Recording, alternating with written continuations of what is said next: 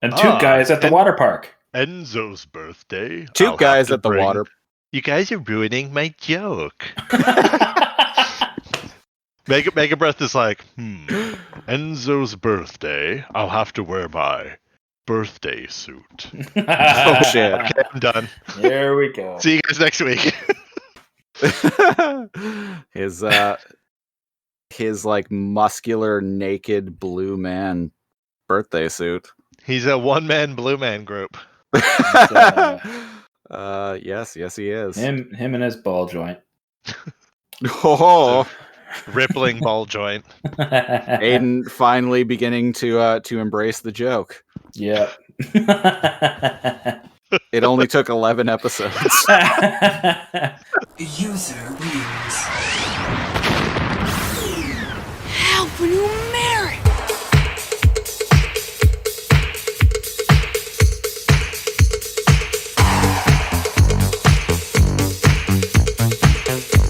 Good morning, and welcome back to Alphanumeric, the weekly podcast where we discuss every episode of the 1990s cartoon ReBoot, ever in order, starting from the beginning. I'm one of your hosts, Christopher Siege. I am another host, NeoCal. And I am the other host, AP Snidler. And this week on Alphanumeric, we are discussing the 11th episode of the first season, Talent Night, which originally aired on January 7th, 1995, 4 days after my 10th birthday, incidentally. Wow. Yeah. So you got a glimpse into what rich kids' birthdays are like. Yeah.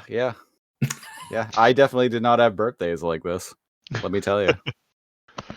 Although my 35th birthday was pretty dope, so. And weirdly enough, on a similar scale to this. 35. This year. Wow. Was it a similar scale to this? Similar, yes. Not quite to this scale, but it was pretty big. It was definitely the biggest birthday I've ever had. I can't remember what we ended up doing. My partner rented out a big ass hall and invited like 100 people and threw a 80s prom themed party. That's pretty awesome. Right. I didn't know half the people there, but it was still great. You know what? I ended up like sending I ended up helping in some way. But it was like, man, I can't even remember. Something like shitty happened that I don't want to recall because this is a good episode and I don't want to get into it, but I regret not not going to that. And in hindsight, I think I heard that you were sick, which, is fine. I was really sick and couldn't get out of work. And like, I was like, man, do I want to get everybody sick there? And I was like, I can help in other ways, but man, sickness has like taken me out of some of the most look forward to things in my life, which the double irony to that is I get sick like that maybe like once every year or two. So I was bitter. I was bitter. Anyways, yes. I remember the pictures and everything and being like dying. Oh wait, no, I didn't go to work. I like showed up at work because they made me, and then like 20 minutes later they were like, "Oh, no, this isn't going to happen." Yeah. You're going to get everyone else sick. Well, it's good that they sent you home. Yeah. Not every employer does that. I'm amazed they did. All right, so Enzo's so there's a birthday party happening. Almost as hype as Christopher's 35. It's a birthday happening. There's a cube floating in the air. Yes, it's Talent Night. I'm pretty excited to talk about this episode because this episode is my hands down my favorite episode of season 1 and one of my favorites of the episode one of my favorite episodes of the series as a whole, I believe. Oh yeah. Fun fact, back when I was like 11 or so, I actually owned this episode on VHS. Just this episode. Nice. A single episode. Yeah, they used to do that with This shows is the back one to then. have. Yeah.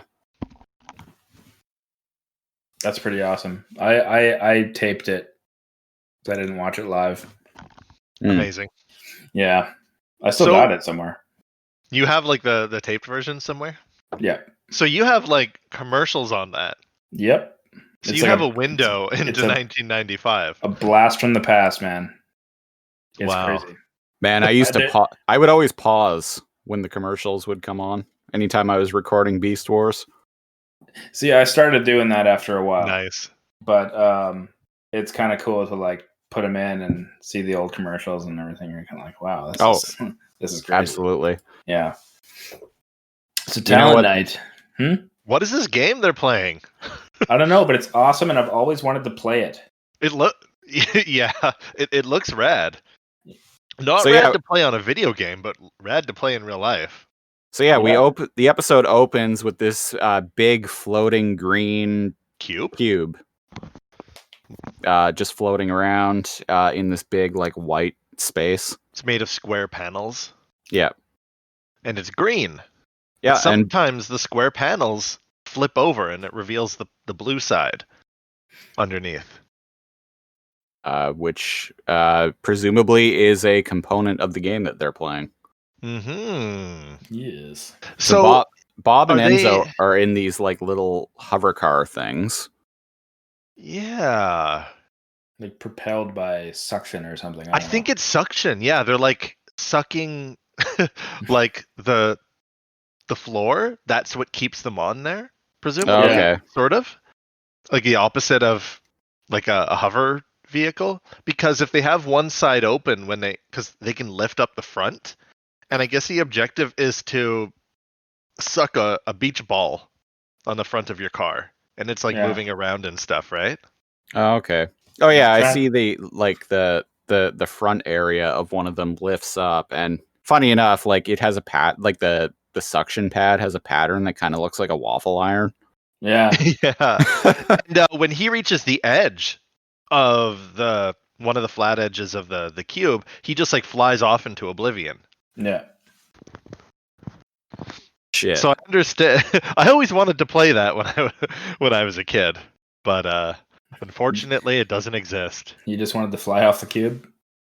I just wanted to fly off the cube and die. Like I did. I too have long dreamt of playing games that could potentially lead to my ultimate demise.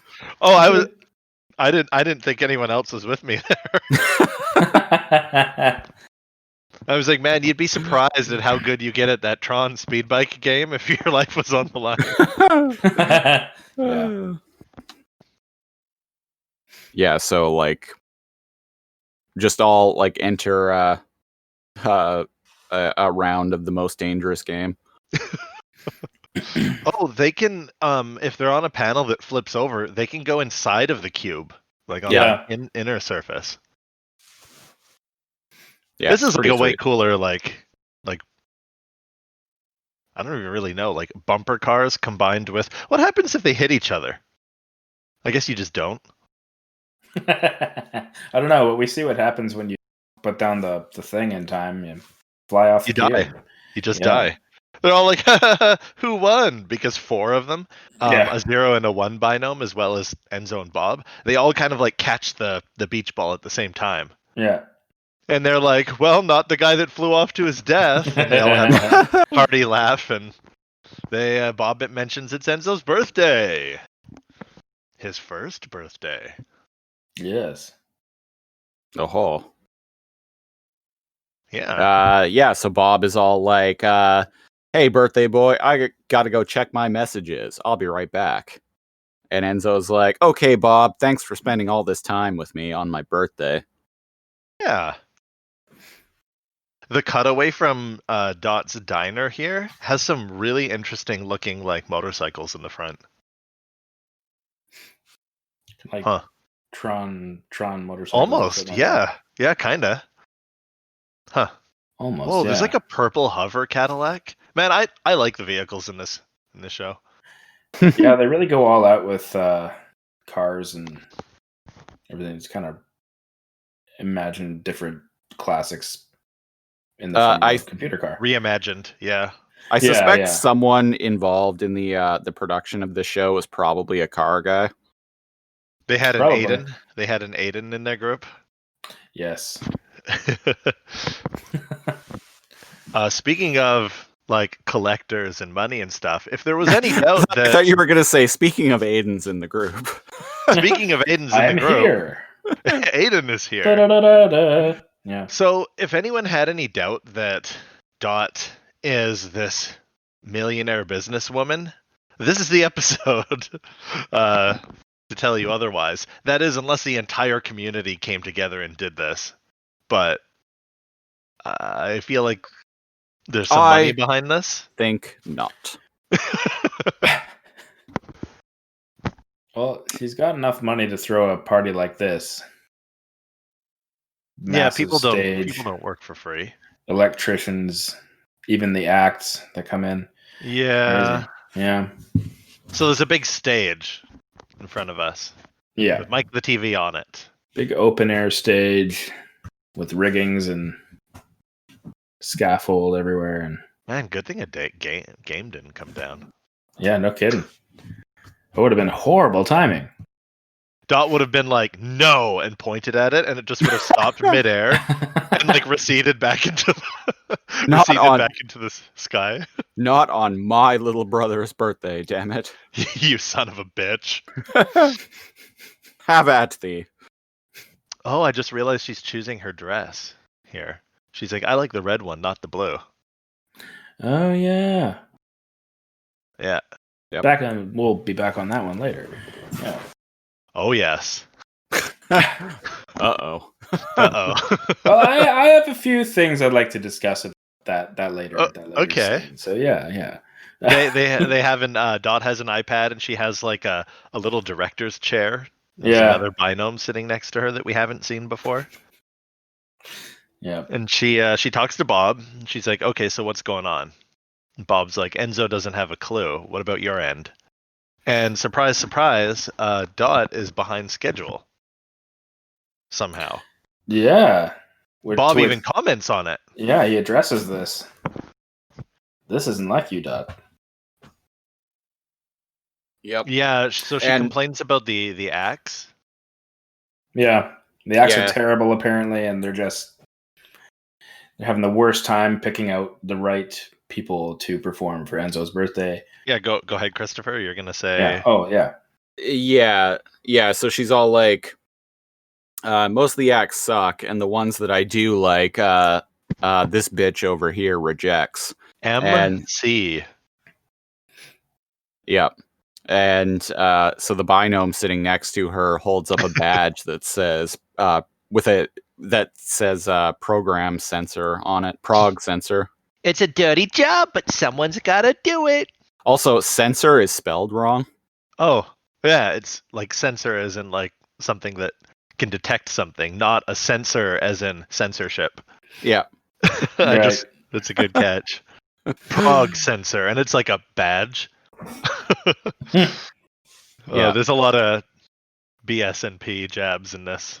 Yeah, and it's amazing. So many. Yeah, and the library, the program sensor, the librarian lady, is all like in this really high pitched voice, is like, it's a job, but someone's got to do it. Yep.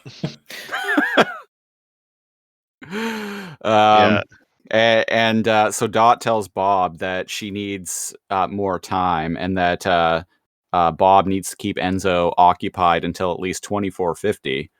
I've got a problem with that non-existent time frame, but we'll continue onwards.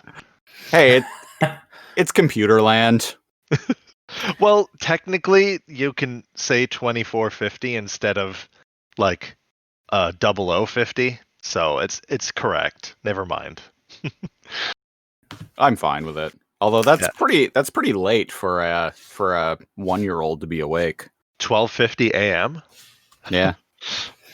If they're using like 24-hour time, military time, but maybe time is completely different here. Like, have you guys seen Night on the show? No, the time of day just seems to be dependent on like what part of town they're in. Yeah, like when they go deeper in town, like Al's Diner, it's nighttime there because he's so many like levels beneath the topmost layer. Like light probably barely reaches there. Yeah. Maybe? Yeah. Yeah, and like over by the Silicon Tor, it's always like kind of gray and hazy Gloomy. looking. Yeah. Yeah. Yeah. So yeah, Bob's like, $24.50? Are you fucking kidding me? It's like, okay. But then he's like, all right then. If you say so. Yeah. And so we learned the librarian's name is Emma. Well, she calls her MC. Yeah. And Mike the TV introduces a group that everyone will flip for. And I feel like their name needs work. The Fabulous Acrobat Guys. Yeah. Yeah. So it's a bunch of 1 and 0 binomes, all in green singlets, just like jumping around and doing. See, in real life, that would be cool. Yes, it is not here, however. But it's not really cool on this show. But Dot seems to be into it. Yeah. She's like, perfect. And for some reason... Oh, hey, Ur guy. Yep. Yeah. The acrobats all like make a pyramid, and one 0 binome launches himself onto like a teeter-totter, like a board, and they flip the Afro binome like into the sky, like way into the sky. He just disappears. Yeah. I think there's even a close-up shot as he like goes past the camera, and he's like, "Ooh!" He's just flying upwards. Seems pretty happy with it too. Dot's like, "Oh, Enzo's gonna love this," and for some reason, Emma's like, "No." Yeah. Just saying no. The just pickiest censor ever. Yeah. Probably men wearing tight clothes. So then, next up, we got generic 0 binome. A generic 0 binome whose talent is. Well, it looks like he's trying to like achieve tantric orgasm with touching himself. And so he basically like squirms and like looks like he's like trying to push out like a giant piece of shit or something. He's trying to lay some bricks. Yeah. And then he comes apart. After straining for a little bit, he blasts apart. Yep. Yeah, all of his parts smiles come apart. And says, "Thank you." I mean, that's a skill. And then the janitor like pushes him off with a broom. I like that Emma. I didn't catch this when I had watched it earlier. Emma like kind of like like clutches onto Dot as if she's like mortified. Yeah. Yeah. So next up, Mike introduces the Dyers. This is my favorite. The Dyers, Sal and Harv. Yeah. Their animation is even like 20 frames per second, which is fucking great. Yeah. Which I've talked about this before, but these characters are from the Dire Straits music video, Money for the song Money for Nothing, which came out in like the mid 1980s and was animated by the dudes who would later go on to create this show. Yeah. So it's so they have the rights to use them. Yeah, so it's a fun little cameo. Yeah, and they look just like them. Yeah. Dot for some reason crosses her legs and she's like, "Oh, is it just me, Em, or are these getting worse?" And I'm like, "Hey." They get booed off stage horribly. People throw food and like tomatoes, and I'm like, guys, but then you have to remember it's the creators of the show are the ones that are that are doing this, right? So they're allowed to do whatever they want with their characters. Let's mock all the things that we used to be. Yeah. Yeah. It's I imagine it's like, you know, like when you create something, and then you go back, like, and once you get better at the thing that you do, and you go back and look at your work from years earlier, you're just like, ugh. I was proud of this then, but my God. Hell, I even think that way about our early podcasts. How dare you? But Sorry, yeah, so my mute was being weird, so it seemed like I was pausing for dramatic effect. Okay, so I'm still stuck on this 2450 looking at a hidden. I guess if there are any listeners that can help us out with that, because I'm not finding anything. If it is a thing, and if it's not, then it's not. 2450. Yeah, It's a time. It's a time. Yeah, it's military time. Well, no, because that would be 0. You can technically, because it's awkward saying 00. Yeah. And I corrected myself right away, right? I was like, technically you can say 2430, 2440, 2450. You can't say 25, because that turns into 100, right? But see, I was thinking about that, but I was also going like nanoseconds and cycles and minutes as in like years. So I'm thinking like, is this the one time they actually meant 2450? So anyway, I'm overthinking it. Well, the thing is, yeah, maybe. Yeah, I think I'm overthinking it. As with most things on this show, on these shows that we do, we are thinking about this more than the actual creators did. It's just a time. Yeah. Man, I kind of what happened to the act there? Before they get to sing, like someone, is it Mike? Mike like hits some levers and like sandbags, like weights fall on them. Drops like sandbags on them. It's a little harsh. It's funny. Even the food that they throw is in the style of the old school. Oh, you're right. Like super pixelated. There's like an orange that falls, and you just see it. It's like sorry, not all the flat edges. Yeah, it's only made out of like 8 polygons. Yeah. Mm-hmm. Yeah, all I'm finding with 2450 is like percentages and Bible It's time verses. to move on, my friend. It's time to move on. I know. Just saying. It bugs you, doesn't it? Speaking of moving on, it's the Prince of Puns, Johnny O'Bynome. This is one of my favorite bits in this whole episode. Oh, seriously? So good. I don't like this guy.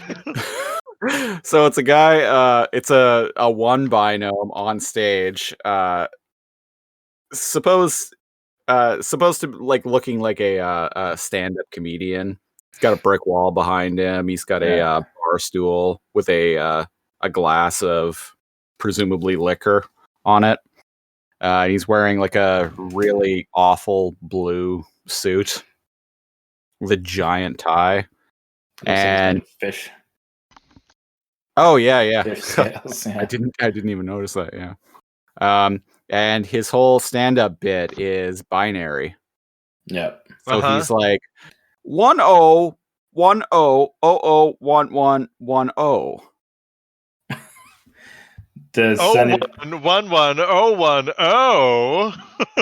101 10. Oh 1 1 oh 1 1 1 oh 1 1 1 1 1 1 1 1 0, and then he pauses, and everyone just like looks on in suspense, just waiting for the punchline. The setup. And he's like, 0011 101, and everyone bursts out into laughter. Everyone bursts out into laughter except Emma. Except Emma, of course. Yeah. And she's all like, really, Miss Matrix, is going to be children in the audience. Yeah. I looked up the binary, and apparently the entire joke from beginning to end is like, what was it? Someone please take my wife. Take my wife, please, is what it translates to. Yeah. That's hilarious. Yeah. So like, what did they pause on? Yeah. It's just a single phrase. But that's hilarious though, because that's like a really old school stand-up bit. Yeah. Like it's even referenced in the movie Goodfellas when they go to, in one scene when they go to a club, there's a comedian on stage and he's all like, take my wife, please. I take my wife everywhere, but she always finds her way home. Very Rodney Dangerfield type stuff. Yeah. Yeah, it's funny. Never knew what the binary meant, but yeah. As with every episode, I have learned something. Yeah. Serving slow food by day, dishing fast tunes by night. Please welcome Al's Waiter. Oh shit! And Al's Waiter's there. Oh man, he's got a fucking accordion. Oh yeah. But he has like rock. pipes behind him. Like it's some big like one-man band rig. Almost like organ pipes behind him. Yeah.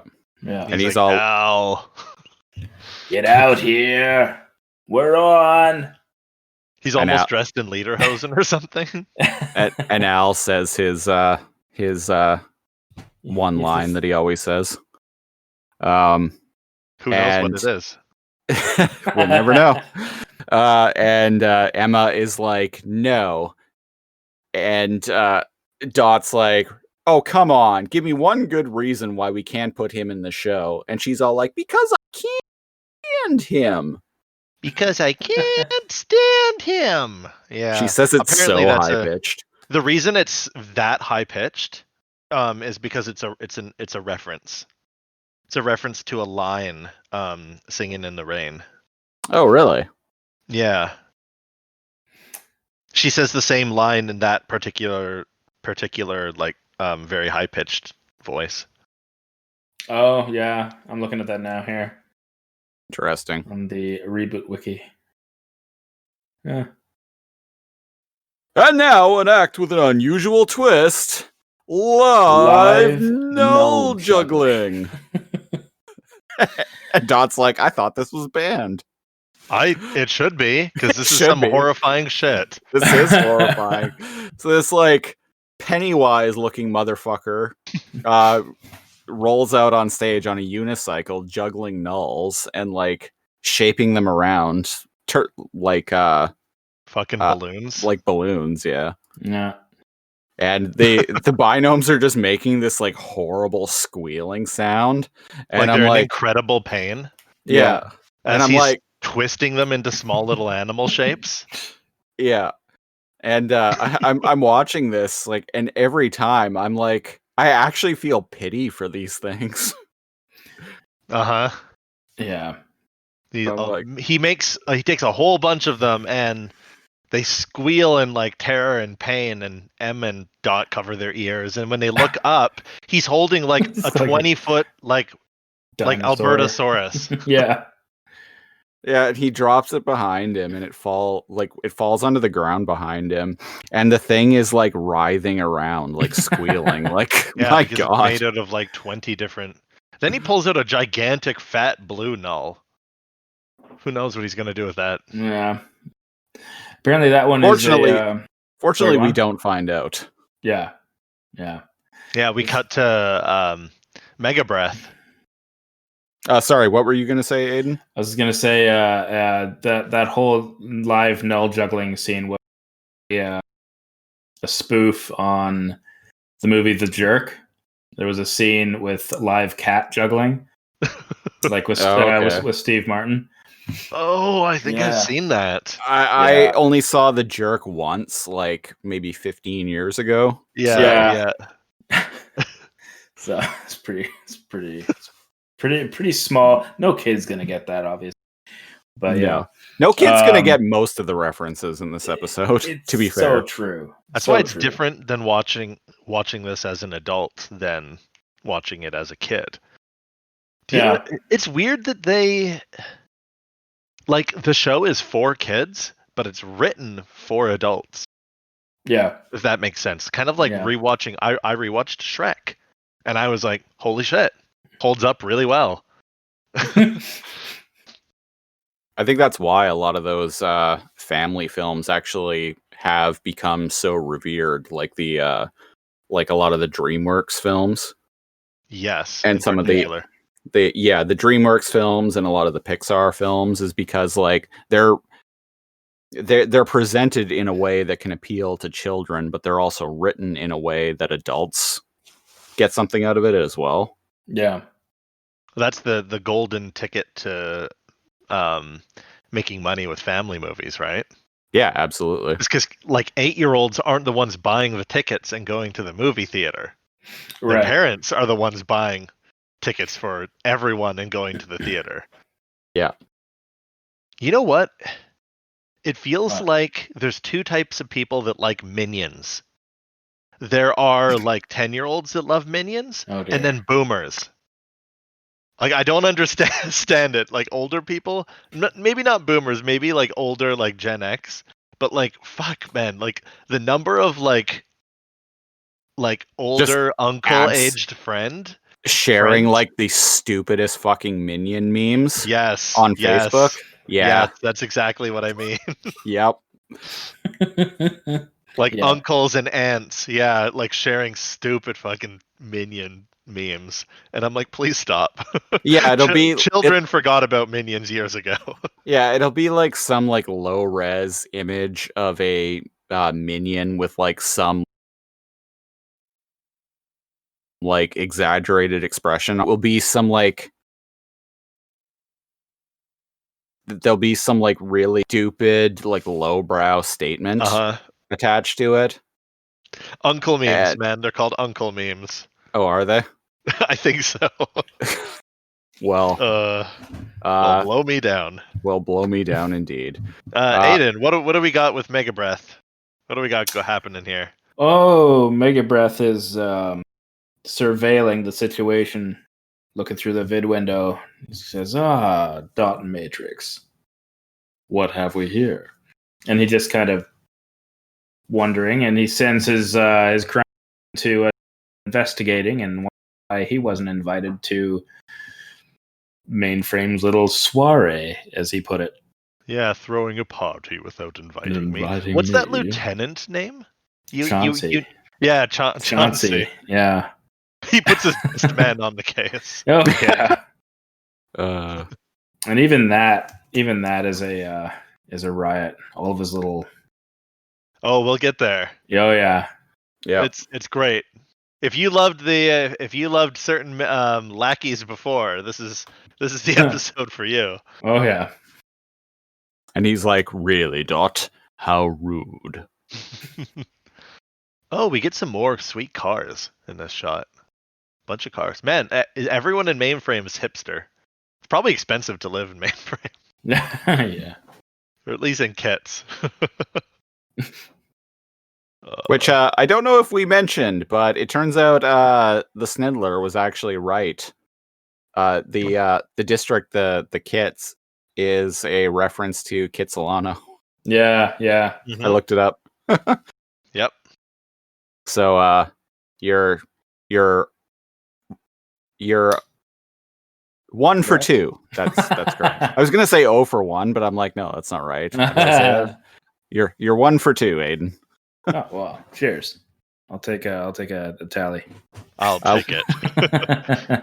What's this game that Bob and Enzo are playing? It reminds me of something. But it's another one that I really want to do one day. It's like it's almost like what's that, like wiffle ball with the little like cone thing? Do you remember the little grabbers in school? They're like plastic balls with like air, like holes all in them, and they're hollow. And you've got like little like scoopers that you catch and throw them with. But it's this like sounds more hardcore vaguely than that. familiar. Yeah. That's probably what you're thinking of, right? Do you guys remember those toys in the early 90s that were like neon colored, and they were these like, so the back of it would be like this black like disc looking thing, and you would it had like a strap so you could strap it to your hand. Oh, it was Velcro. Yeah, and the other side was like bright pink or yellow Velcro. And throw a ball around to catch, and like the tennis ball would stick to the Velcro. Yeah. Holy shit. Like everybody had that. Yeah, I had a couple sets of those. Holy shit. Just parts in my brain that I haven't accessed in like over 50 years just like fired up. It's been 84 years. It's been 84 years. What was that? What was the point of that? Everybody had it and it was amusing, but like what, you just like tossed it at each other and caught it? Yeah, it was like an easy way of playing catch, basically. It was like training wheels for playing catch. Essentially. Right. But see, what I remember though is it didn't even work very well because most of the time, like the ball would just bounce off depending on how hard the other person threw it. Yeah, no, that is true. Yeah. God, so what weird. What was as soon as toy? you said like green and pink, I was like, wait a second. That sounds like everything in the 90s. Yeah.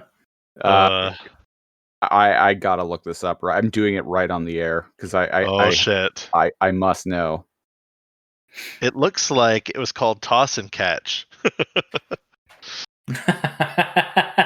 Toss and Catch 3000. Velcro ball. Yeah, and you just caught this frickin' ball on this green and pink paddle. Yeah. Wow. That takes me back. Remember the stupid rich kids with those like little like toy cars, but they had a real battery and they actually drove around? It was like the status symbol for kids. And there was like a Barbie one and a Jeep one for boys, and like they actually like drove around. Oh, you're talking about Power Wheels. Power Wheels, thank you. Power Wheels were awesome. Yeah, I never had one. I didn't. But I my knew some stupid rich cousins did. Yeah, I knew some kids who had them. Uh-huh. Yeah, these things were called Velcro balls. Oh, really? That was a total guess. Oh, I see Velcro them called balls. Like sounds like Toss and Catch. But it might have been rebranded over the years, right? Yeah. Yeah, Toss and Catch, Velcro ball. Yeah. Apparently these things are still around.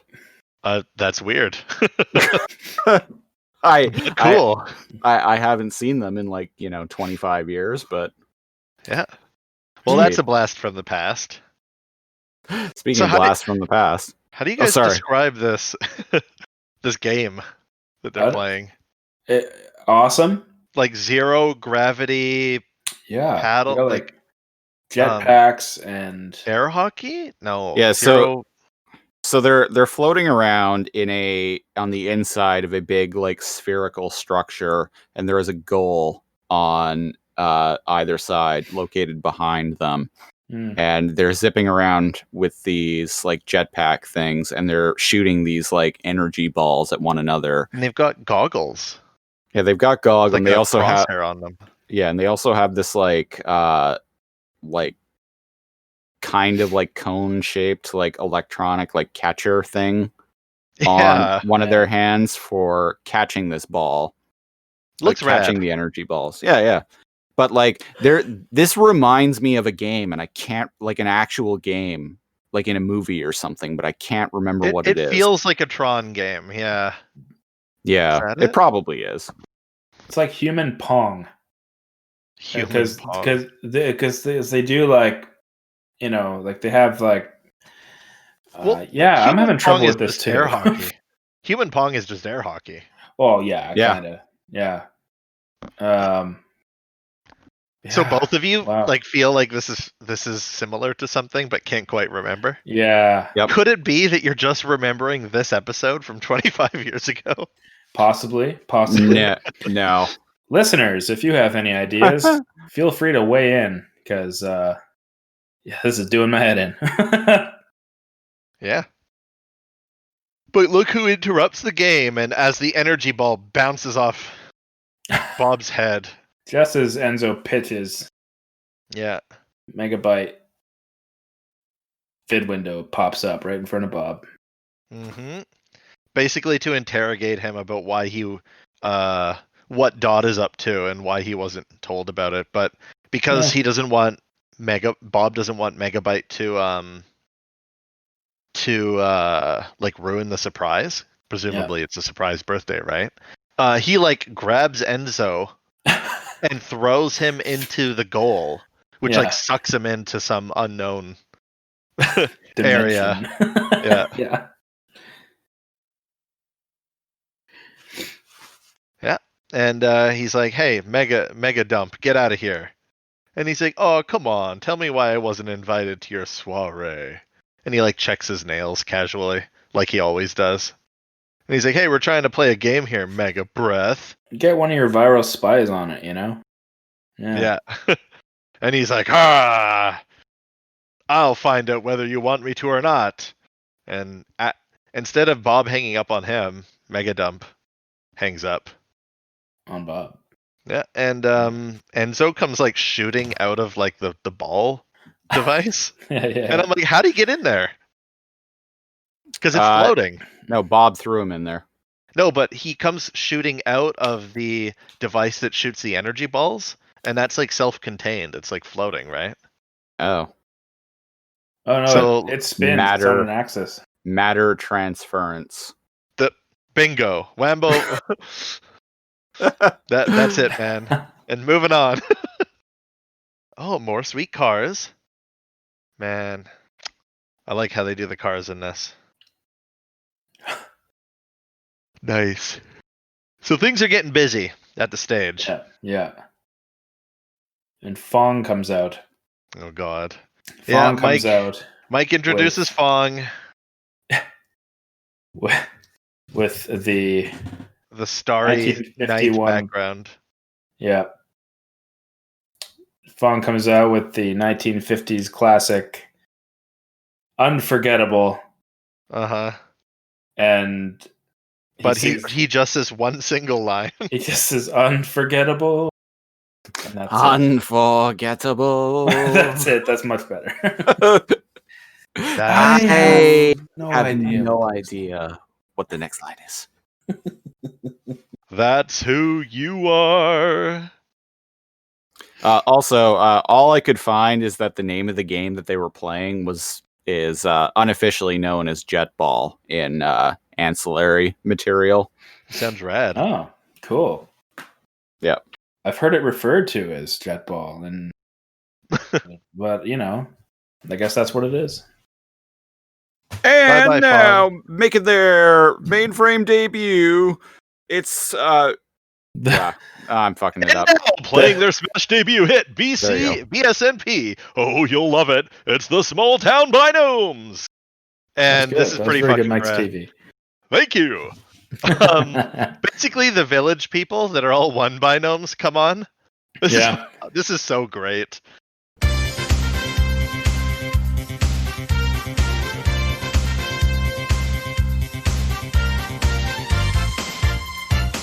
Cause we're living with BSNP. Yeah, we're living with BSNP. Oh, it's fun to play in a non-violent way. In a non-violent way. Yeah, we're living with BSNP. Cause we're living with BSNP. Hey, it's fun to play in a non-violent way. In a non-violent way. It's so great seeing the Awesome. biker and the Indian and like the cowboy and like they're so. And the lyrics of Cowboy's this wearing too. pink. Yeah, we're living with BS&P. It's fun to play in the non-violent way. In a non-violent way. And it's cringe. What? You thought this was cringe? I cringe. This is great. I'm sorry. It was great. It was a great tribute, but I still cringe. I see we like different things. And I was so hyped. This is when I started realizing this episode is like very special. I love it so much. Everyone's slow jamming to it. Oh yeah. Everyone's loving it. Even Emma likes it. yeah, and for once we actually see her be like, "Oh, I agree." Oh, I agree. Yeah. Oh, I agree. What great wholesome fun. Yes. I don't know why everyone's wearing chaps and their chaps and chapstick, but they look like cool dudes.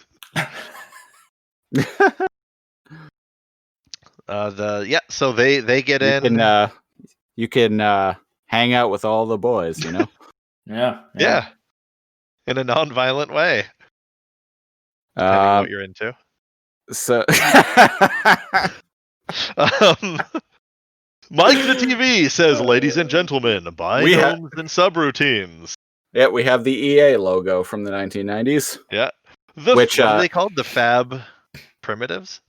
Primitives, yeah. Which, fun fact, EA published the ReBoot PlayStation 1 game. I'm sorry, hold on. There was a ReBoot PlayStation game? Yep. Yeah. It's not very good. I have an ISO of it installed on my hacked PS1 Classic. Well, I'm gonna have to have a look at that. Curious now. I did not know you'll this play was a it for thing. like 10 minutes and go, oh. Yeah, this sucks. Much like the Beast Wars game.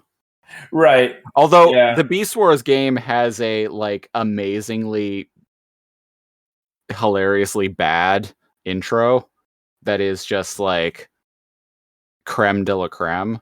Whereas Aiden would like that, especially if you're so familiar with the voice actors of the show.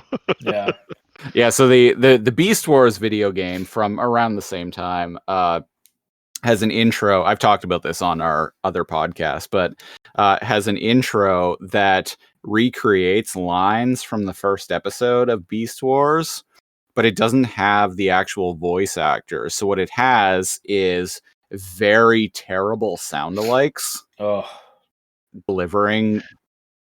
delivering lines from the first episode of the show, and I don't know what I like hilarious. More. I don't know if I like Christopher's impressions of the actual Beast Wars characters or Christopher's impressions of the terrible like video game voice acting, because they're both pretty on point. So like the actual Megatron is like, cheers, the planet has energon, whereas like the Megatron from this video game is like, yes, the planet has energon. Good Lord, sounds like the comic book guy from The Simpsons. It's amazing. I like in our Too Much Energon podcast, I actually like our intro has audio from that game. Like the Too Much Energon bit is from that because I like it so much. Too much Energon. But yeah, so a good thing. But yeah, so the Beast Wars game from the 90s has like that kind of charming quality to it, but unfortunately the ReBoot game doesn't. It's missing a lot. I would argue the ReBoot game is slightly better though. The actual gameplay. Yeah, in the sense that it's less bad. Now, on a scale of like Beast Wars to Superman 64, how bad are we? How bad of gameplay are we talking here? In the ReBoot game or the Beast Wars game? Yes. So I'm just saying no Energon for the Beast Wars game and not enough Energon for the ReBoot game. Not enough Energon. Oh, geez. So Aiden, what do we got next? Your favorite act? This is weird. Favorite act? What is my favorite act here? It's time to sing, Rocket Man. Oh my god! Oh, wait. Yes, this. The EA logo morphs into the ReBoot icon. That's true. Yeah. And Dot looks at her icon on her chest and is like, so that's what it is. Yeah. Okay, anyway, moving on. Oh yeah. When we jump over to the next act, it is a one by gnome. Bad hair, great pipes. Need I say more? Give it up for Captain Quirk. Yeah, essentially. Yeah, so there's a one by gnome, right? This quote Captain Quirk in quotes. I just realized he has like height extenders, like shoe. Yeah, to make himself like taller. Yeah, is that something that the joke there is that's something that William Shatner he wore platform shoes on Star Trek He's because he didn't he didn't want to be, because Leonard Nimoy was a really tall dude. I think he was like 6'4", and I think Shatner is only like 5'8" or something only like that. 5'8", yeah. Yeah. Awesome. I don't know exactly how tall either of them were, but I think they're roughly around there. So Shatner wanted platform shoes, so he didn't look quite. So their height difference wasn't quite as noticeable. But I think the height difference is interesting. Masculinity. What It's an ego thing. Yeah. Yeah. And speaking of ego thing, this binome, Captain Quirk, comes on with a little microphone and sings Rocket Man. Does Bill Shatner, like William Shatner, he speaks it. He just speaks it. Yeah. Yeah. Who, Aiden, you got a Shatner impression for us? Packed my bags last night, pre-flight. 0 hour 9 a.m. And I'm gonna be high as a kite by then. I don't miss the earth so much. I miss the earth so much. Miss my wife. Miss my wife. 0 hour 9 a.m. And Spock. I just love it where he ends it and he takes a bow and his hairpiece falls off and disintegrates, or no, it energizes. I packed my bags last night, pre-flight. 0 hour 9 a.m. 0 hour 9 a.m. Wow, you turned into Christopher Walken. It's lonely out in space on such a timeless flight. Beam me up, God. And I think it's going to be a long. We're all so bad at Shatner impressions that we just started doing Christopher Walken impressions. But I just started going to Christopher Walken. It's okay. Christopher it's sometimes lonely accidentally out in space. Yeah. I think it's gonna be a long time. Beam me up, God. I packed my bags last night, pre-flight. Yeah. 0 hour 9 a.m. Did you say bean me up? Yeah, you heard me. Okay, good. Just checking. Yeah, sometimes Christopher likes to do accidentally slip into Sean Connery when we're doing Beast Wars voices. Oh, awesome. Okay. That makes Mr. sense. Scott, beam me up. Mr. Scorponok, how are the cyber peas? Well, that was pretty good. That's pretty good. The dog's name was Indiana. I used to have a bit that I did years ago. Your mother's a whore, Trebek. It began with a bloody S. Rest in peace, Sean.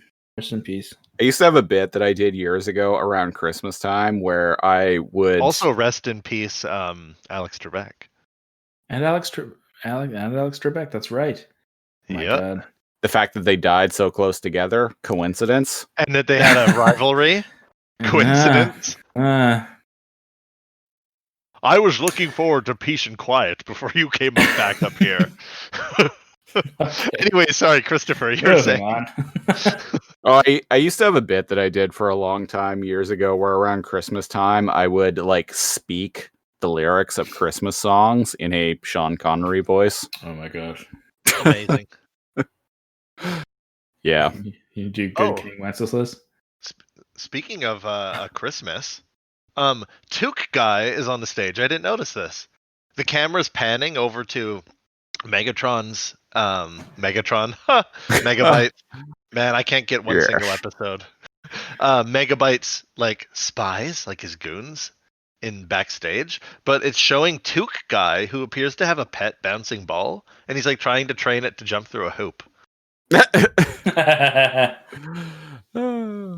I love the viral binome spies. Yeah, so we're backstage, and the viral binome spies are marching around, and it's playing that like sweet music that was introduced last episode that I really liked. They got They got trench coat guy. They have the really bad disguise, Groucho Marx. Yeah, I was gonna say the those Groucho guy. glasses. Yeah, and Smiley too Yeah, is there. and I love the curtain goes up. They're just in the wrong place at the wrong time. They look And- super suspicious. Yeah. They all just kind of Sidestep away, but the one in the middle just stands there. He just rolls. Yeah, he's kind of caught, and he's like, "Fuck it," he's and like, he whatever. just like does a Michael Jackson impression. And then starts Yeah. breakdancing and moonwalking and and Dot's just like, oh no, not breakdancing. but apparently Emma loves breakdancing. Oh yeah. Yeah, I'm with Emma on this one. love breakdancing. Book him, Yeah. Mike. Uh huh. Then it shows Mike in like backstage, like some sort of like exterior door. Then he's like, "Love you, ciao, ciao, mean it." So presumably they booked that zero binom that can breakdance. Yeah. The exit. I feel the like it exit would be says easier to output. breakdance if you're a big ball. Yeah. But hey, Sir, the jam is moldy in the kitchen, and the rolling What? rabbit gathers no moss. What I like are how- you talking about? I like how angry Megabyte is with Yeah. their like spy lingo. I love it. Like, I told none of you to do this, but they still do it.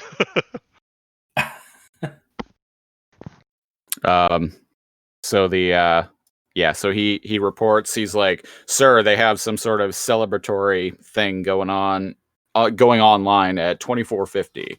And Megabyte is all like, how convenient. I happen to be free at that time. Prepare for Operation Plan Code 214. 214.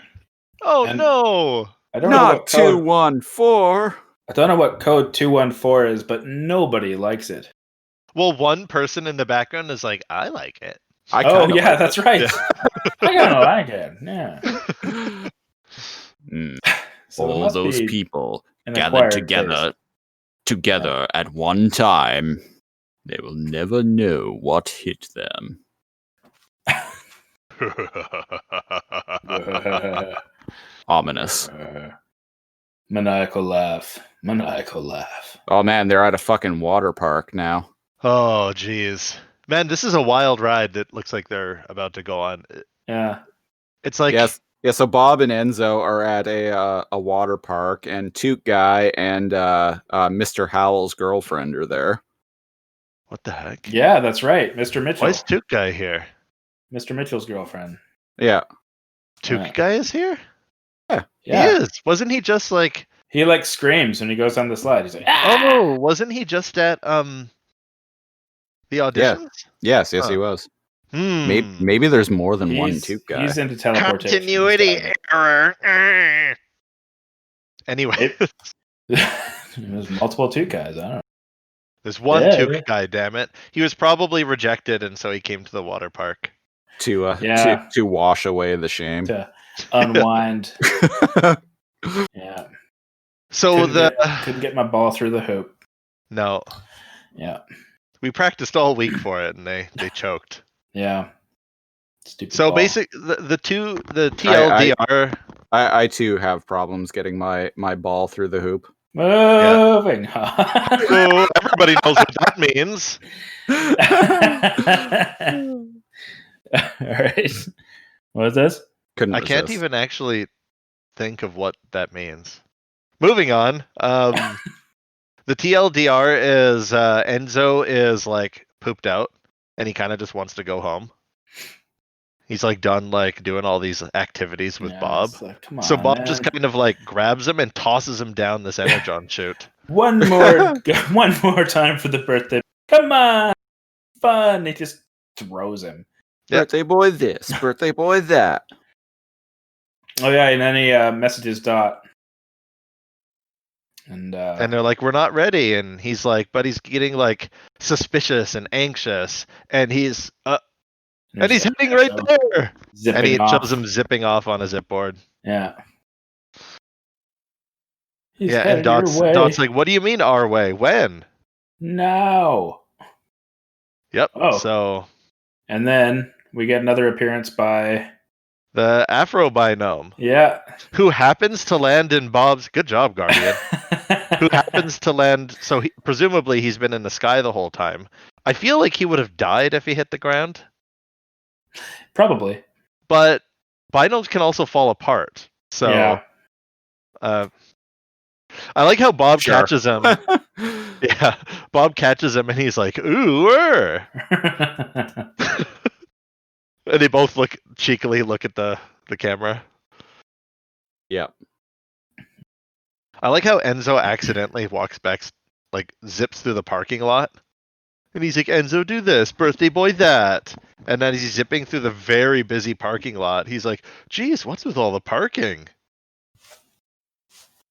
Yeah, he's backstage. Yeah, he's walking backstage. There's a bunch of random people around. All the acts, presumably.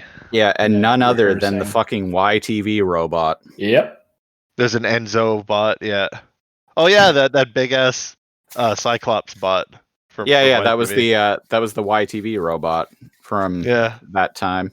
The YTV has been removed from it, but from his chest from the on the version that I'm watching.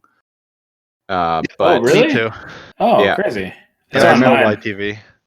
Wait, does I got a different cut? Seriously? Yeah. Does it say YTV on him? It says YTV on it. Yeah. Yeah. No, I remember the VHS version that I had when I was younger. It had the YTV on his torso. It doesn't say YTV on mine. Yeah, it doesn't on mine either. Christopher, the Crave version. Are you saying there are actually different cuts of this show? I have this episode, yes, because this would be the version that aired on ABC. Correct. Yeah. Yeah. Well, I'm not going to stop making those jokes. And Nor should you. I'm watching a downloaded version here. You're so it's taken right off TV. You're doing God's work. I never know what that means. I'm not sure who Christopher was talking to when he said that. I'm not sure either. All of the above. Oh, okay. I like how derpy he accidentally walks front stage from behind stage, Enzo, and I like how derpy the star is. There's like a little marker. And I'm like, that's like how I drew stars in third grade. I'd be like, oops, right, it's supposed to be symmetrical. You're gonna have fat legs. And then suddenly there's a countdown. Everybody yells surprise. There's hundreds of binomes that yell surprise as the little star that he was on goes raises like a platform up in the air. And it counts down in binary, so I have no idea how that works. The crowd yells. The crowd is counting down along with the countdown like it's the Royal Rumble or something. Yeah. 5, 4, 3, 2, and as this is happening, there's an energy surrounding him, starting from his feet. Yeah. And then it reformats him. And then all of a sudden, Stone Cold's music hits, and he comes down to the ring. In a way, shatters, and Stone Cold swaggers down the stage. And JR's all like, "By God, what's Stone Cold doing? Stone Cold, he's the number 30 entrant in the Royal Rumble. By God, what's Mr. McMahon gonna do now? Mr. McMahon, he's running like a scalded dog." Wow, someone's watched wrestling. Someone still watches wrestling. Did you guys notice that his outfit is changed when he's reformatted? Yeah. Who just took a picture? Me. That was Aiden. Were you taking a picture of Dot in this dress for later? No, actually. Taking a picture of... No, I took a picture of my wiener. Sent it to Dot. So sorry, yeah, Enzo's reformatted, whatever that means, and his shirt is different and his belt. And instead of a big 01 on his t-shirt, he's kind of wearing a baseball jersey, and he's got on his above his heart, kind of like a 1-0 now, and it just says his name, Enzo. Interestingly enough, too, Enzo's voice actor changes in this episode. Oh. Yeah. Huh. Yeah. Like to coincide with this, or just coincidentally? Just coincidentally, his voice actor changed for this episode. Oh. Cool. Yeah. We talked about it on the episode that had our favorite listener on it, but I was mentioning that I actually looked up the kid who did the voice of Enzo in the first 10 episodes of the show, and the dude still works regularly. He's been acting consistently. You did mention that all the way up to this year. Yeah. Yeah. The kid they replaced him with, however, is a nobody who has done nothing since Reboot. Which is kind of that's ironic. Harsh. You don't know he's a nobody. He could be doing what makes himself happy. He could be doing a podcast, okay? He could be doing a podcast that 5 or even 10 people listen to. He could be stacking bananas at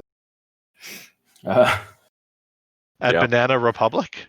Where's the end of that joke? It didn't land at all. No. He could be doing what we do. Yeah, he could be somebody. He could be a contender. The kid's got spark. Hey, you know how we were just like talking about the weather and the time of day? It's nighttime in Mainframe. Like it's actually night now. Yeah. Like they're even like little stars. That must be 2450. I was gonna say it is 2450 now, so Well, blow me down.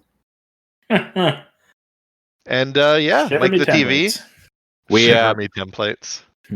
We carry a product at my work in the section that I manage. It's from this local company called Bake My Day. It's like gluten-free frozen baked goods. Bake My Day. And so the other day, a bunch of Bake My Day stuff came in, mixed in with a bunch of stuff from intended for the deli department. And me and the deli manager were just like joking about Bake My Day. And I just randomly said, I was like, well, Bake My Day. I was wondering what you were referencing. Because you kept saying it and you're like, I think I like that one better than, I don't know. Okay, that's... I didn't know what you were talking about. And so since then, this was like a week ago maybe now. And so since then, I've just occasionally I've just been like, well, Bake My Day. Oh my god. Anyway, I thought that was worth Bake mentioning. My Day. Well, Bake My Day. Oh, fantastic. The derpier you say it, the better. Well, Bake My Day. Yeah, Bake My Day. Spock, bake my day. Okay, guys, now you're just mumbling.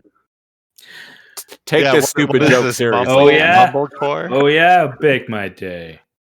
Bake My Day, motherfuckers. This town's only big enough for the both of us. Oh dear, oh dear. Congratulations, Enzo, and happy first birthday! Bake My Day! Bake my day and call me a bread. I'm Mike the TV! Well, bake my day and call me pastry. Yeah. Okay. Oh, there's a pianist playing like kind of like a what's this song a play on? A piano? Like it's an actual like song that she's singing, right? What do you guys remember? I am on the Reboot wiki right now, so I will find it. Anyways, it's kind of like the It doesn't say what the song is. But I swear that's like kind of based on like a real song, like a real kind of like, what do they call them? Not showgirl, like hostess kind of like singing a song. Lounge singer? Yeah, a lounge singer. Thank you. Yeah. But while The everyone's thinking about it, the smoothest of jazz. the smoothest of jazz. Dot comes out. She's wearing a tight red dress and heels, red ruby earrings, and like long like gloves.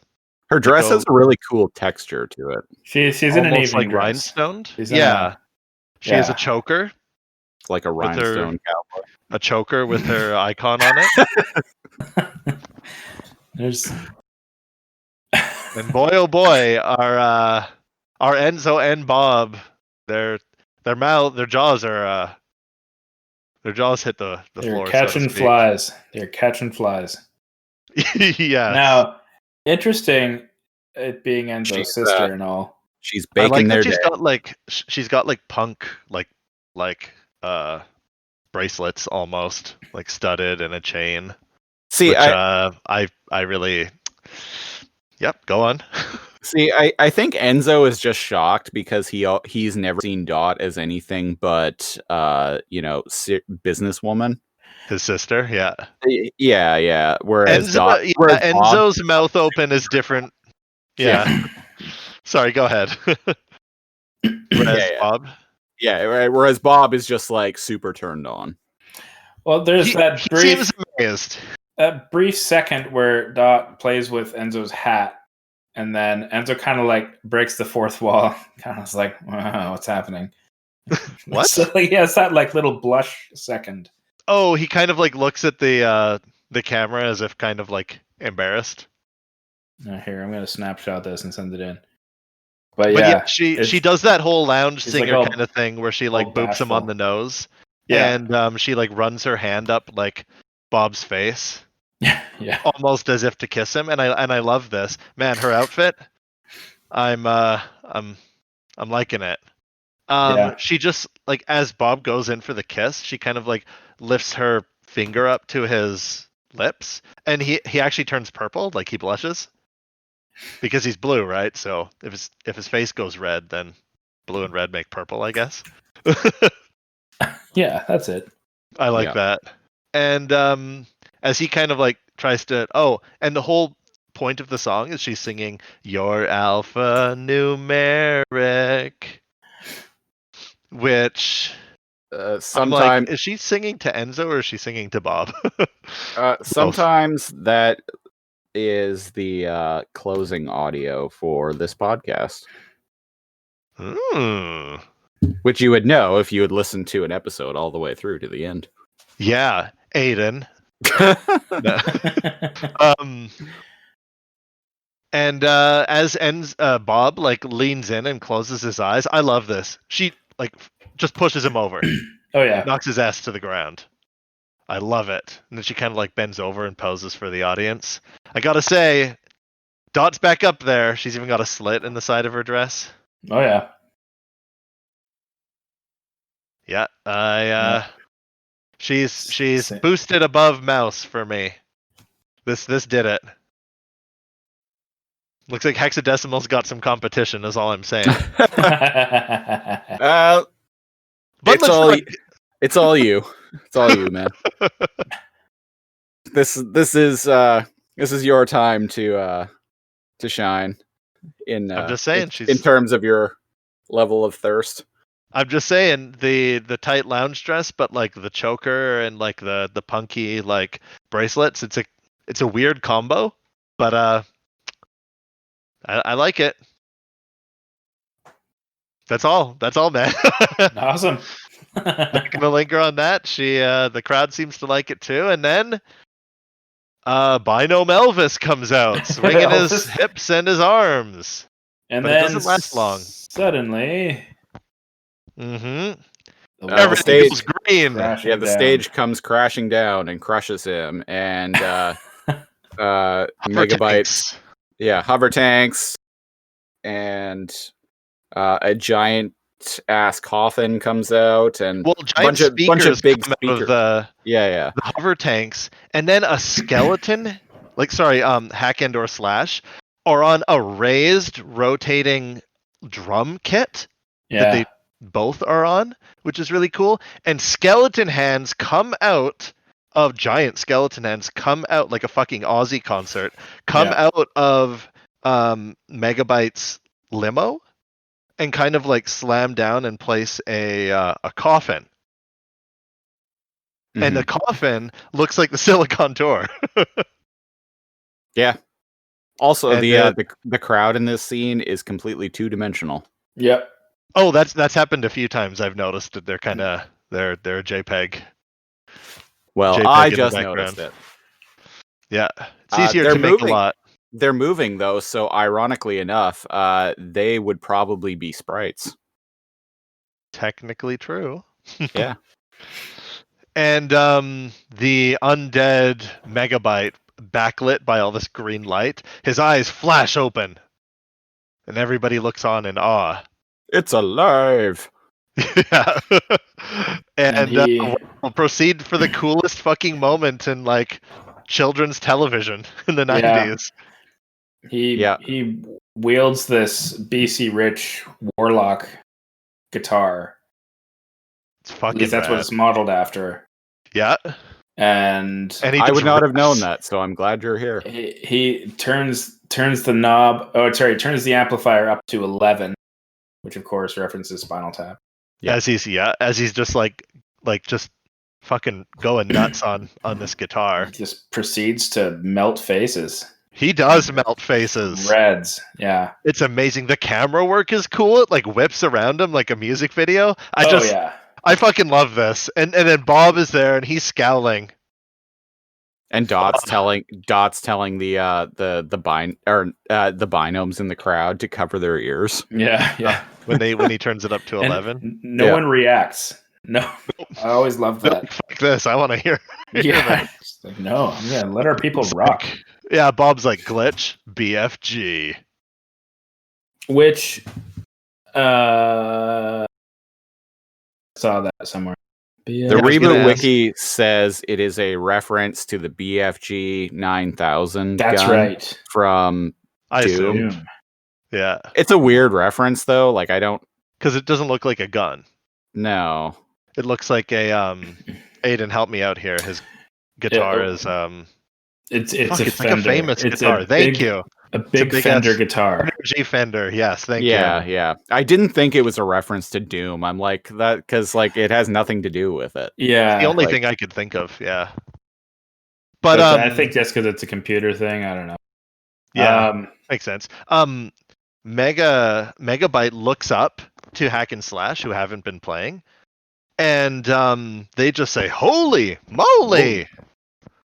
And they start just going nuts on the fucking drums. Which, yeah, like so they're like encased in this Tommy Lee-esque rotating drum kit, yeah.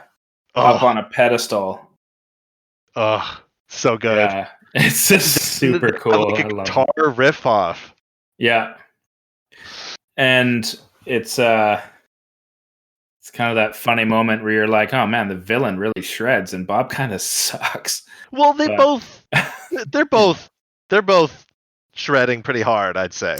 But like this is Megabyte's specialty, I'd say. Yeah. Right? Like he's been waiting for this moment. Well, because at the end he just kind of looks up and like looks out and says, "I've always wanted to do that." Did you guys catch the audience of binomes, like air quotes, dancing? But they're just like almost having a seizure. They're just like moving like their shoulders like left and right rapidly. They're just kind of headbanging, kind of jamming. Not even really headbanging. They're like convulsing. It's very weird. There's a one binome with a toque that says toque. Oh really? I didn't see this. In the audience when it goes up close to them. Not the 2D one. Right? The 2D one is there just it is. Copy, right? There is a zero binome with a. And in the background there's a one binome with a toque. Where is it? I'm around before it zooms out and shows both of them shredding, and it shows the bat wings behind them. It there it is. I see him. And there's a one binom with a toque that says toque. Cool. And then a whole bunch of flat JPEG copies in the background of toque guy and pink binom. There's Johnny O'Binom back there too. Yeah. And they're all there. There's one of the pirates. And that stage looks cool. The bat wings and the rotating drum kit. Just fuck. there are a couple that are moshing. I don't know if you see this, but while everyone else is kind of like this jamming away, you got the viral binom who does like a flip, and the other one kind of just throws himself over. Oh, is that what they're doing? It looks like they're trying to start a mosh, but it's just this is funny stuff.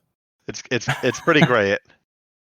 But like you had said, Megabyte's like, I've always wanted to do that. Fuck. And then he gives the guitar to Enzo. Yeah. And Dot, sounding like she's about to get all weepy, is all like, "Happy birthday, Enzo." It's like, yeah. And Megabyte fucks off like a boss in his mega limo. Yeah, his fucking rad limo. The camera work, again, really cool. And I think Mike the TV is like, Megabyte, ladies and gentlemen, Megabyte has left the building. Yeah. And the Elvis. The old Elvis. Yeah. And then Elvis pops up right next to him. And kind of looks unimpressed. And the rock music stops and the credits roll. And that was Talent Night. Yes. Man, Megabyte. Oh, that's just fucking rad. Oh, yeah. Yeah. So, on the alphanumeric scale that we introduced last episode, where we rate episodes on a scale of this is bad, very bad, to I don't think so, to that was easy enough, to alphanumeric. Cal, where do you rate the episode? Alphanumeric. That is one of like maybe 2 or 3 episodes that I would say are like right up there. Easily the best. Goddamn. Yeah, definitely. What about you, Aiden? I am going to give it an alphanumeric because that is also one of my favorite episodes. It was one of the first taped and watched over and over and over again. And I love all the references. Even as a kid growing up, I enjoyed learning about what I was hearing. So I, kind of like to, yeah, it was pretty awesome. I love the references. I love the games, super exciting stuff. And and of course that wicked guitar battle at the end. It's pretty good. Yeah, I agree. I am also giving it an alphanumeric, which should be completely unsurprising since this is one of my favorite episodes. Yeah, I love all the various references and like little gags in the episode. I think the episode is paced really well. Yeah. Even though it's like... It is, isn't it? Yeah, it's paced pretty well. And like... It's very visually interesting, even though most of the episode is set in one location. Yes, and at times, like you said, it's paced well because they managed to pull something together, even though Enzo accidentally like wanders onto the stage. Like everything kind of like comes together. It doesn't feel janky or forced. It's good. Yeah, it's good. Good writing. Yes. It's a gooder. So that has been episode 11 of Alphanumeric. Best way to support the show if you're listening on Apple Podcast or iTunes, give us a 5-star rating. That helps us out with discoverability. Be sure to tell your friends about this show, and especially if you like listening to us. And if you don't like listening to us, well, tell your enemies, because what better way to smite someone you don't like than introducing them to entertainment that is not entertaining to you. And even if you hate us, still comment, because it will improve our rating. Yep. We accept any and all feedback. Indeed. Check out those two do. Yes, be sure to any hate mail you feel you should send our way. Be sure to be all like, attention, Christopher and Snidler. But not Cal. I want to avoid his wrath. But yeah, specifically Fair. put in brackets, but not Cal. Check out our website, alphanumericpodcast.ca. You can find embedded players for every single episode of this show thus far. You can find social media links for the Facebook page, email address, all that fun stuff. It's a terrible website, but it's all we got. It'll remind you of watching the show in the 90s. Exactly. Yeah. We'll be back next week with the with a mega-sized episode. It is the 2-part season finale, Identity Crisis, parts 1 and 2. We're gonna cover both of those in one episode, so stay tuned for that. And until I have been one of your hosts, Christopher Siege. I am another host, NeoCal. And I am the other host, AP Snidler. And until next time, game over. Stay frosty. And reboot. Bye-bye. Thanks for watching. Or listening. 789. Goodbye. Cheers. That ain't working. That's the way you do it. You play the guitar on the MTV. That ain't working. I've always wanted to do that. Okay. You've always wanted to do what? Just say that. Say 789? Yeah. No, I don't know. You always say that. I just quoted Megabyte. I've always wanted to do that. I always wanted to shred. Yes. Lord of the Shred. Lord of the Shred. The one shred to rule them all. Yes. One riff to shred them all.